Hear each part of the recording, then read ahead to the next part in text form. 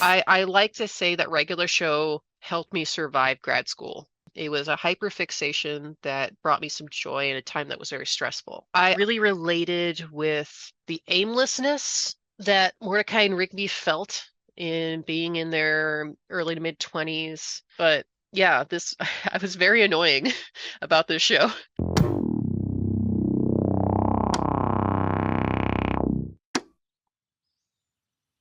Hello, everyone, and welcome back to the Regular Show Wiki's 15th anniversary interviews.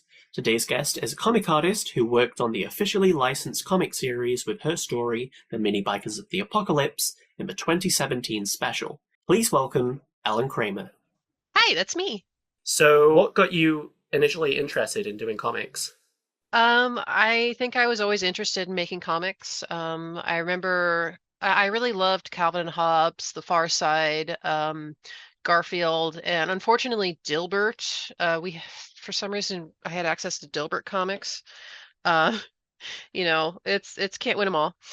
But I think that was just kind of my family culture. We're all a bunch of complainers. But Calvin and Hobbes, Far Side and Garfield were just what I had. And of course, Calvin and Hobbes' Far Side were just fantastic and still stand to this day as just really fantastic comics. That didn't really change as I got older because those were the only ones I had access to until about age 11, I think. I did encounter some comics in like Disney's Adventures magazine where I read a bit of Bone, but overall, it wasn't until I got really obsessed with Invader Zim that I discovered Jonan Vasquez's work. I must have been like 14 at the time. I was wannabe goth. I just adored Invader Zim. I thought it was really cute and fun and just really well made. And it introduced me to this kind of kitschy style that he had in his comics. It was very tongue in cheek in a way that I felt was accessible to me. So I started copying that. And along the way, I found manga, which I was very happy to find. My library in my small town had one volume of manga, I think when I was around 11, and it was the volume of Ranma One Half, where it introduced the worst character, but I was just so enamored by like, oh my God, there's girls and they're doing martial arts and it's funny and it's cute. And it just kind of snowballed from there. And I think around 14 was definitely when I started making comics of my own and realizing, damn, making comics is really hard. And I kept wanting to make comics. I kept wanting to get better at it, wanting to get faster at it, but it's still to this day, I am almost 40. Comics are hard. They're an eclectic medium that require a lot of different skills that all come together into one media. I mean, I think I remember when Regular Show was on, I made an attempt at making a few comics. Some of them I briefly remember, like there was one where Pops got shrunk down and put into like a candy jar. And I have no idea what it was about, but It's good to work with simple figures. I think with any kind of medium, a mistake that younger artists make is wanting to do make their magnum opus right out of the bat. well, what would you say that your creative process is like? Kind of hard to say because I feel to this day I still struggle with it. I have ADHD. I've also kind of recently accepted I am on the autism spectrum. Might be obvious with my hyperfixations with, Invader Zim, regular show, Sonic, what have you. It really, I just kind of play it by ear, but my process for making comics for, say, my web comic that has, God, how many pages did it get to? Let me just check.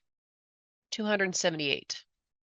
Okay, so it's a bit of a tangent. There is a teacher that I will sometimes present to his high school class. He's a literature teacher. He's real cool. He lets me present to the class about being a freelance artist. Well, I'm not a freelance artist anymore, but he still lets me present to the class because he respects comics as a medium. He'll maybe say graphic novel, but I'm sure he's the type to say, I don't give a shit if you call it a graphic novel. You can call it a comic, whatever. Stop trying to make this appeal to people who have contempt for the genre.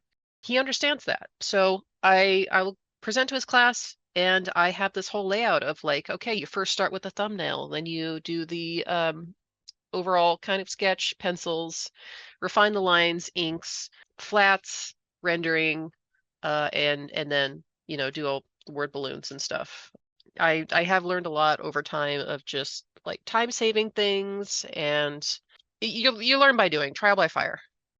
So obviously, before you came to work on the regular show comic, you were a regular show fan. So how did you discover regular show? I at first I didn't like it. So around that time, I had a job as a job coach, which is actually my job now. I worked with adults with disabilities to coach them on their job so they can be better at it, give them support that so they can be competitive in the workforce. The company I worked for wasn't great, but at that time, I think it was a little bit after I had quit that job, and so I see Mordecai and Rigby just pretending to be incompetent. Rigby is told to try the door and he just touches it. He says it's locked. I'm like, just turn it. Just turn it. Um I did have a client who was very, very much kind of like that. And so I see Rigby and I'm like, I hate this little guy so much. And so I didn't want to, I just wasn't into it. I was more into Adventure Time. And so eventually I went back to watching it maybe around season 2 or 3 or 4, somewhere. And I got really into it. At that point, I was in grad school. I was going to be a school counselor until I realized I can't be inside of a school building because it was traumatizing for me. I was trying to kind of face my demons in a way that was working against what I think was, I don't think I was meant for that, and that's okay. Um, but I like to say that regular show helped me survive grad school. It was a hyperfixation that brought me some joy in a time that was very stressful. I really related with the aimlessness that Mordecai and Rigby felt in being in their early to mid 20s. Feeling, even though I was like, oh, I'm going to grad school, I'm gonna be a school counselor, I'm gonna be the person that I needed when I was in school. A lot of people who decide to work in education were people who enjoyed school, and I've been told by many of my instructors and like master counselors in my internship were like, yeah, we need someone like you. And it's like, I'm sorry, I can't. I've been through the trenches. I don't want to go there again. But yeah, this I was very annoying about this show. And whenever I get very annoying about something, I have to make stuff. I don't only make comics, but I also make toys. And you probably, if you've gone through my blog, you've probably seen those. I know that you did a custom Benson plush. Yeah, I made a couple actually. I made one. I didn't like how it turned out. I made another. I still have it. I gave him the outfit he had in the Mad Rupert comic, regular show skits. I thought that little hoodie and the bucket hat was adorable. Um, just to preface, I Benson was my favorite character. I just love a sad, pathetic, but also like guy with a lot of heart. I'm gonna switch my camera back on because the plushes. I mean, they just couldn't have been worse than this. Oh, the mass-produced ones, yeah. I've seen ones worse than that because they were understuffed. Oh yeah, I mean, I know that like some of the merchandise that came like just after the show as well look absolutely nothing like the characters. They were not meant to be rendered in 3D. They're kind of like The Simpsons. They're non-Euclidean. Through some kind of miracle, Sonic the Hedgehog has been able to be translated to 3D, but it's taken a lot of effort and trial and error, I feel. But regular show characters are just they're flat circles, just like time. Did you have any favorite episodes from regular show? A lot of the Benson episodes. I love the one with the busted cart, where he has to drive to the dealership before the warranty expires. I really love that scene where he is just getting in his car and there's a bit of a montage where he's like getting onto the highway, just getting ready for that trip. And any kind of episode where Benson bonds with Mordecai and Rigby, you get to see you get to see his humanity, I guess. He's not just a slave driving, grouchy, aging manager. He's a guy who really cares. Benson, why do you hate us so much? I don't hate you guys. I just hate some of the things you do.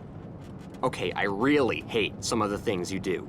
Also, a lot of the Rigby and Eileen episodes, those are really good. Surprise! I brought you to see a giant strawberry! What? Were there any other regular show things that maybe you never shared? I think I shared all of the stuff on my blog. I made like 40 pages of fan comics, which was what got Boom to like someone at Boom had like, oh, hey, this person's making a lot of regular show stuff. We ask them to make a comic. Yeah, anything that wasn't shared was probably just some sketches in my sketchbook, but most stuff I shared. So you talk about you did a fan comic on your blog, and then that caught the attention of Boom. So how did that come about? How did you get kind of like the call, as it were, to work on the regular show comic? I basically got an email from someone who was just like, "Hey, we saw your comics. You want to make a comic for with Boom?" And I said, "Yes." It's pretty much it. It's a little unceremonious, but I was excited. I was definitely excited because that was my first like official freelance for a thing that I was absolutely obsessed with. I learned, and this was something someone told me later, if there are any kind of stories you particularly want to tell, you give that story and the other recommendations. Or okay, if they ask you to pitch 3 stories, you pitch a really good one and you pitch really shitty ones because they'll choose the good one over the shitty ones. But if you pitch something that is like something I really want to do, but I'm sure I'll pitch this one just in case they don't want. No, you don't do that. You pitch what you want to do, and you have them pick from. You actually have them pick from all the ones that you genuinely want to do. Um, I gave them the option of one that was like a little more safe, if you know what I mean. That's on brand, and they picked that one. So I'm like, okay, well, I guess I'll do that one because the original story I wanted to do was something a little more heart where Benson is making uniforms for the employees and he's, doing tailoring for Skips. And he's complaining about Mordecai and Rigby and, Skip says some sage advice and basically it's just like, they're not as bad as, you're complaining about. You really do care about them. They have this kind of heart to heart, and Benson just begrudgingly accepts it. And he goes, okay, okay, Skips, you're done. And Skips just flexes and the shirt just turns to shreds and he skips off. Oh, I just remembered the other one is Rigby gets addicted to an otome game, like a dating sim.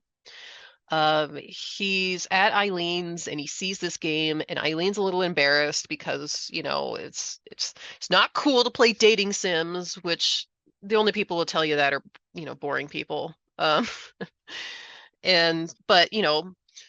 Rigby's kind of a boring normie, if you know what I mean. Uh, so he sees the game, he starts playing it because Eileen is just like, oh, that's just it's I don't know if you'd like it. He starts playing it because it's a video game, and the comic ends with fast forward. Eileen is trying to sleep and she's telling Rigby to go away, go home, and he's still playing the game, and he's like, how do I get so and so senpai to like me? And the one that actually came along was a question I have actually, and I'm just going to check. I've got a copy of the comic here. The comic seems to have 2 names in that within the comic itself it's called a Minibike Built for Two. But on the front page it's referred to as the Mini Bikers of the Apocalypse. Oh, I don't remember. I don't remember if that was a mistake on my end or them deciding to like brand it differently. Yeah, I was not aware of that. I think it's a great comic. You can definitely tell that it's written by somebody who understands the show. Like one thing that I noticed is that Muscle Man refers to Starla as Fun Bun, which comes directly from the show.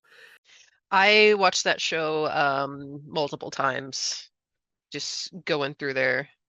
Oh yeah, it does say mini boxers of the apocalypse. Not sure what happened there, but sometimes it's a little hard to look at it just because I feel like my colors and my composition and I mean I'm gonna be my own worst critic. Um, but when I was making this, I actually got a note from the editor to say, okay, so Starla and Muscle Man can't punch these kids. We don't want them punching kids. Like, oh, okay. So we had them do a bunch of like high effort wheelies and just defeat them through the power of love. It definitely would have been a very different story, though, I think, if it ended with them beating up children. Oh yeah. I really enjoyed drawing these characters and when I wrote Fanny, Warren, Penny, and Dean, um maybe I didn't have faith in the audience, but I wrote their like actual roles underneath.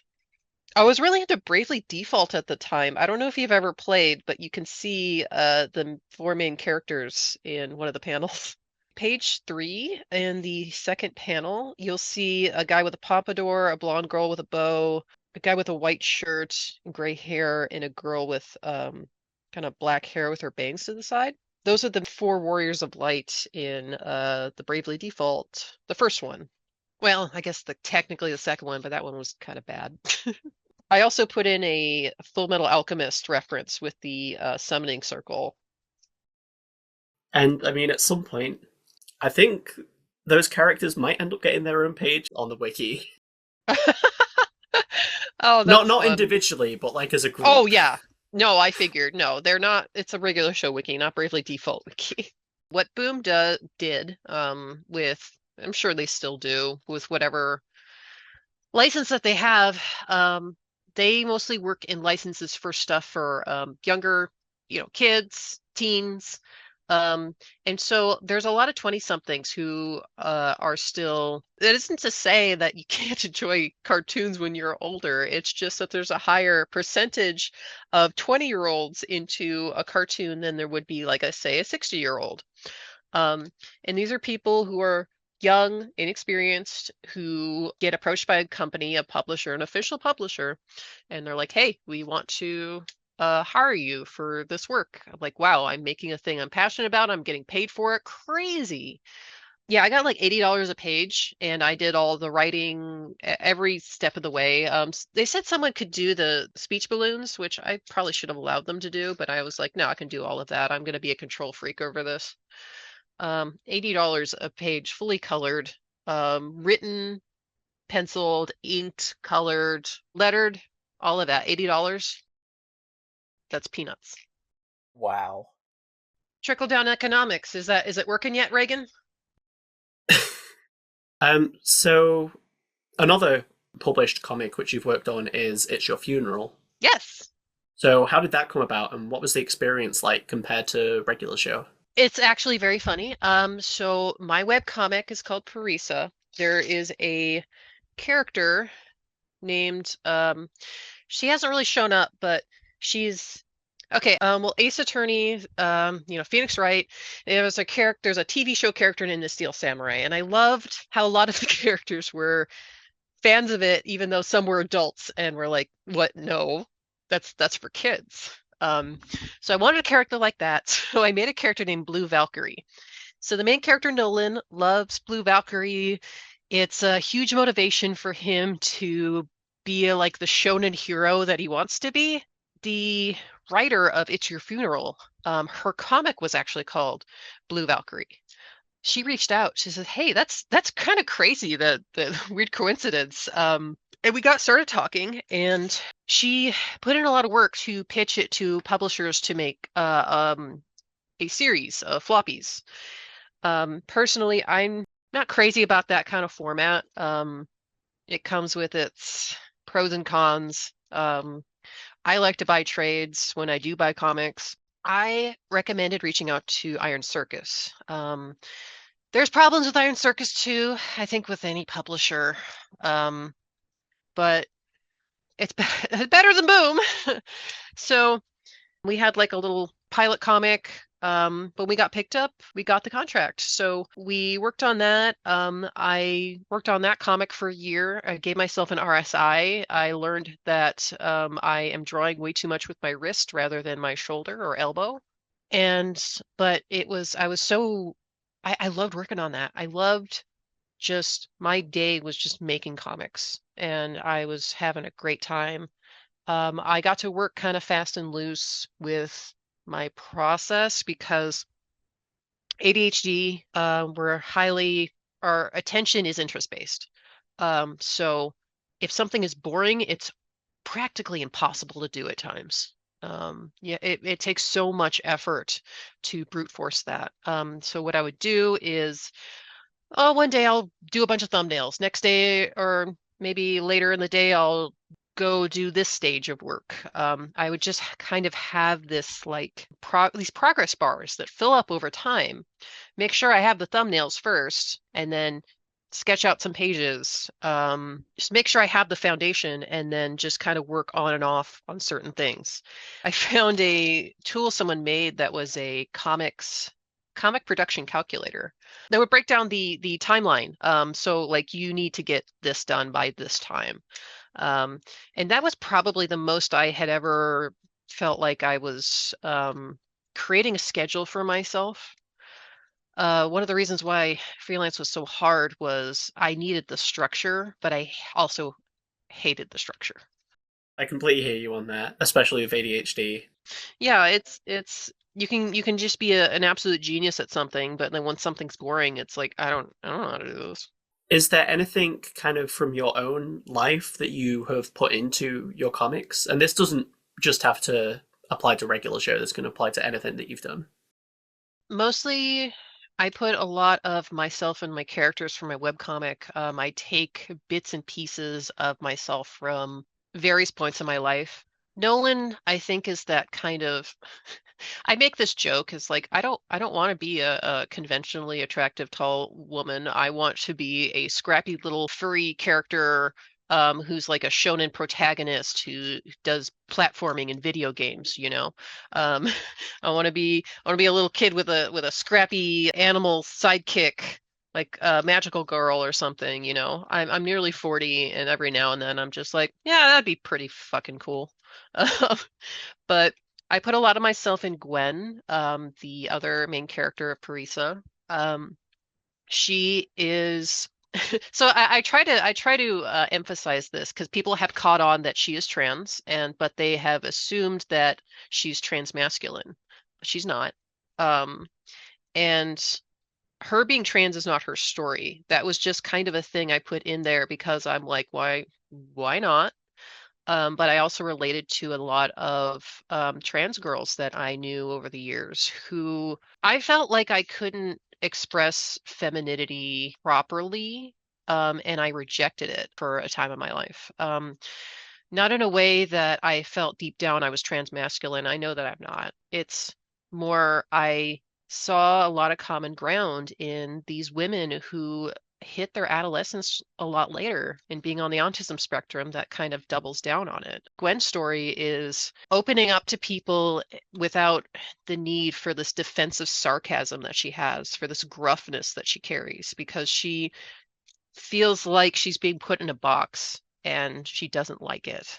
Her guardian, Dalal, kind of tries to encourage her to like, well, okay, you're a girl. Well, then let's get you some girl clothes. Because the reason her being trans is not a big deal is because it's not a big deal in that world. It's not like we're not going to go down the path of the tragic trans story, you know, that like that French movie set in Mexico, Amelia something. It's bad. It's so bad. And you know, I have other characters. Some haven't been introduced yet. I have Svetlana, who is just like the epitome of a rotten woman. She is awful. And you know, sometimes you want to write a character that's just it gives you carte blanche to be a piece of crap. And she's a piece of crap, and I love her for it. I love women who suck. I have Jonathan, who is the more analytical part of me, who's the part that's just like, I don't really get this whole spirit business, which you know, spirit magic is a thing in that story. Um, he's like, I really like science. I'm an artist, but I love science. I love the overlap of science and art, but I love them in isolation too. It's kind of a love for the world, if you could put it that way. And that's what I also put in the comic was just a love for this natural world. I don't know. I don't think any hardcore Parisa fans, if there are any left, because I haven't been updating, ever listened to this. But yeah, the world's going to get chewed up a bit. You're going to have to you're going to experience that sorrow that I feel when I see the world burning as it is. I mean, I like bittersweet endings. I don't like just straight up bad endings. I don't want to have the comic end like that, but also, when we go through life, we get knocked around a bit. We get scars, but we can still carry on from those scars. We can still there's still tomorrow. I was kind of hoping to have read all of Parisa before interviewing you. That's a lot of works to go through. I just haven't really had the time to get through all of it. But I read the first two chapters and I was like, really want to read chapter 3, but I also like really have to properly prepare for the interview and do other things as well. But no, I can't wait to read the rest of it. Thank you. Yeah, I've noticed the chapters have gotten longer as time has gone on. But it's stuff that I have learned trial by fire. I want to redo the first chapter, not which is a common trap that a lot of webcomic artists fall into. But I feel like the comic would flow better if the comic started out differently narratively, but also visually, just because the comic's a bit hard to read. Not that I'm saying it's bad, but it has a readability issue. I have now understood that my use of color, it can be seen as vibrant, but the problem is that it has contrast issues. And that's a thing I want to work on when I get back to it, which is a thing I really would like to do. I'd like to tell this little story, but I'd like to also approach it in a more thoughtful way that's more well planned out instead of just like, I'd like the characters to go here next. I'd like them to go here next, which still sort of the process, but at the same time, like, okay, but really need to focus on the beginning, middle, and end, which are the big, there's these big events that are going to happen, and then we're going to have these stories in between, usually, hopefully, something bittersweet. So you do have an end in plan for that. Oh yeah, yeah. I mean, more or less. If you've played any JRPGs or cute mascot platformers, you might get an idea of where this kind of stuff ends up. I kind of want to be something that's a little faithful to that, but also kind of turns that on its head a little bit. But I really want the focus just to be on every character's journey and how many people just lie to themselves in the day-to-day. We'll move back onto regular show briefly. Yes. Of course, I don't know if you're aware that there is a new regular show series coming out. I'm aware. I feel like I've kind of moved on, but I also am just not crazy about all of these remakes and revivals. You can understand why. Well, essentially, with that, there have been a lot of people speculating whether or not this could mean that there are going to be more comics in the future. Would that be something that you'd be interested in getting involved with, or? Probably not. My day job keeps me pretty busy. I've been kind of focusing more on, it's spring and I just ordered a giant pile of Tagro, a fertilizer or a potting mix that comes from the water treatment plant. So like today I was just moving around until my phone told me, hey, you got an interview in half an hour. I'm like, oh, geez.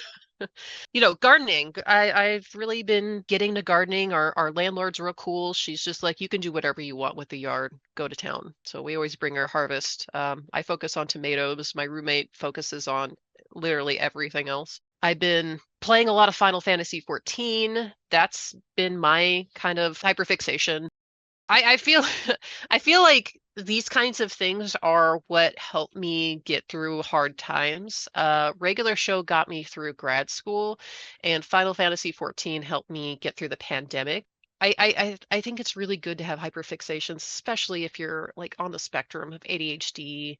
It's just one of those things you can look back on and just kind of giggle and that for regular show it was Benson. I was just I loved drawing him. He was just a fun character to draw. He was so well designed. Like the gumballs were his 5 o'clock shadow. That's so clever. So, what would you say are your main inspirations from maybe other pop culture or just from your own life? I love late 90s, early aughts video games. I was a pretty lonely kid, but I would spend a lot of time just playing emulated Super Nintendo games on this crappy old PC with like Windows ME. So I would just play a backlog of games, of like fan translated games I never would have been able to play. Mostly RPGs, just because it was very hard to do platforming on a keyboard. At that around that age, late 90s, early aughts, that's when anime was really starting to flow into the States, and that wasn't just, getting a crappy VHS rip where the credits are cursing Miami Mike. Yeah, you know about Miami Mike, huh? Um, so I think that was around the time Tokyo Pop started licensing just a ton of manga. So the Barnes& Noble started to get a manga section. Um, and I was ecstatic. I was just like, "Oh my God, this is just more accessible." I can't afford any of this because my allowance, but I could go to Barnes& Noble and sit and read manga. There's manga in the library now. This is great. Do you have any advice for anyone who would like to work professionally as a comic writer or a comic artist? Value your time, make what you love. Do not try to follow what you think will lead to success. Just make what you love. You'll get good at it. You'll get noticed. Or not. That's another possibility. And that's okay. You know, make sure to have if you want to do art full time, make sure to have a contingency plan. It's becoming more and more hostile for independent artists out there, especially with the rise of, okay, I want to say, you can't say rise of AI anymore. It's falling, but that makes no difference to the companies that had bought into it and are stuck holding the bag and are determined to make up for their stupid mistake of buying into the snake oil. So they're like, look, we can still salvage this. We can still be successful by promising the world with AI, with a technology I don't understand. Not even the people who are making the models fully understand. It's it's really hard out there and it really sucks. So I would recommend having some sort of contingency plan. Um, some people have recommended, yeah, you could just live with your parents, which is less of a stigma than it used to be. But it's hard. Try your best. Figure out how to market yourself, because you can't just rely on, I'm just going to make what I love and eventually I'll get noticed. I'm like, well, that's just the passive thing you have to do. The more active thing is you need to go find an agent, go find open calls for something, go look for a creator scholarship, if you're really serious about that. But um, overall, on a more personal side, yeah, just make what you love. Great advice. And I will say this, AI models can have their place in research if they are properly trained for that specific purpose. Um, I want to reiterate again, I love science. I believe in science. And with testing and retesting and large sample sizes, that is a very time-consuming, expensive process. And if you know how to use it, that is scientifically sound, I guess. It's not something that, you know, that's why we have peer review and all of that. Any tool can be used for good or bad. Currently, we're only seeing it used for bad by people who don't care about art and just want to make money by selling snake oil. People talk about how hard it is for them to come up with their prompts. I'm like, really? Is it that hard to write something? Because you sure are writing a lot about how your writing should be respected when it's not even like you're just throwing in prompts. Like if it's that hard to write, why are you sending me these long diatribes about how I should respect you for not respecting the artistic process? I hate the word normie. I really do. but sometimes it can be useful in a certain context to describe people who are just not interested in, say, something that you have a hyperfixation for, that you are very passionate about. They don't really care about that. They only care about results. And what they want is to kind of dip their toes. It's, I feel like not so much a product of the way social media has kind of delivered things to us, but that hasn't helped. So we are coming towards the end of the interview now. But before we go, I'd like to ask, is there anything that you'd like to promote that you've been working on or might be coming up? Just my webcomic, Parisa. The current stuff that I'm working on is more personal stuff that I don't think anyone outside of the Final Fantasy XIV fandom would like. It's not something I want to put in the spotlight. It's for me. Um, Being online since I was like 11 from the early from the early aughts, the late 90s, I always wanted to reach out to people and get a lot of attention for the things that I felt I was good at, and that made me insufferable at times. And as I got older, I was like, oh my God, I don't need this. I really don't need this people focusing on me. Um, it's granted the internet is different now than it was back then. It's bad. Yeah, just read my webcomic if you like video game furries, JRPGs, Klonoa, Sonic, Digimon. That's kind of where the Final Fantasy is where the vibe is. Be kind to each other. Don't waste your time with trolls. If you feel the need to yell at someone, ask yourself, is me yelling at them for their sake or for mine? Try to be chill, you know? And where might people be able to find you on social media? Just my webcomic, parisacomic.com. It's on Hiveworks. It hasn't updated in a while, but I have a page I need to upload and pages I want to continue to work on. Hiveworks has a lot of fun stuff. If you like cute queer comics, by creators who are kind of in a similar cohort as mine, you should definitely check out the regular show wiki. Sounds like a lot of love has been put into it. Unless you're already listening on the wiki. Yeah. Yeah, advertising the wiki on the wiki. But yeah, Ellen, thank you very much for joining us today. It's been a pleasure. Yeah, thank you for having me. Thank you once again to Ellen Kramer for joining us for this interview, and also for providing us with the amazing artwork used in the video edition on YouTube. Once again, if you're interested in reading Ellen's webcomic, then visit parisacomic.com. A link will be in the description. Next time, we will be speaking with Jake Black, a writer who contributed to regular show books. Here's a preview. There was a whole Reddit thread about how I sucked as a writer because of that book. And I actually screenshotted a line where they were like, "Beware Jake Black." And that was like my cover photo on Facebook for a while, where I was just like, oh, come on, man. I didn't intentionally write a crappy book.